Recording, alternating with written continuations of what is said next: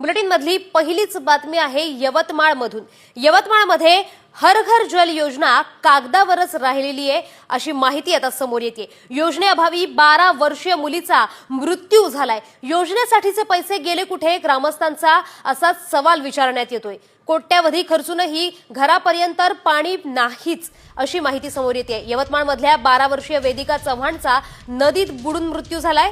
हर घर जल योजनेवर कोट्यावधींचा खर्च झाला, पण योजनेचं पाणी अनेक घरांपर्यंत पोहोचलंच नाही। काठोडा गावाजवळचा पारधी वस्तीतल्या 45 घरापर्यंत हर घर जल योजना पोहोचलीच नाहीये। मग कोट्यावधीचा खर्च गेला कुठे असा सवाल आता ग्रामस्थांनी केलाय। पैसा खर्च झाला, योजना आलीच नाही आणि गावातल्या मुलीचाही यामुळे मृत्यू झालाय।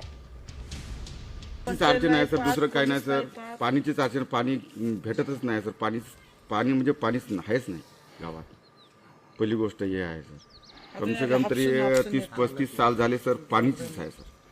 इथं सुद्धा करण नाही सर, काही नाही, पाणी नाही, काहीच नाही सर। आता ते पोरगी मेली सर, काल उद्या आले सर, ते आता पाणी चालू करून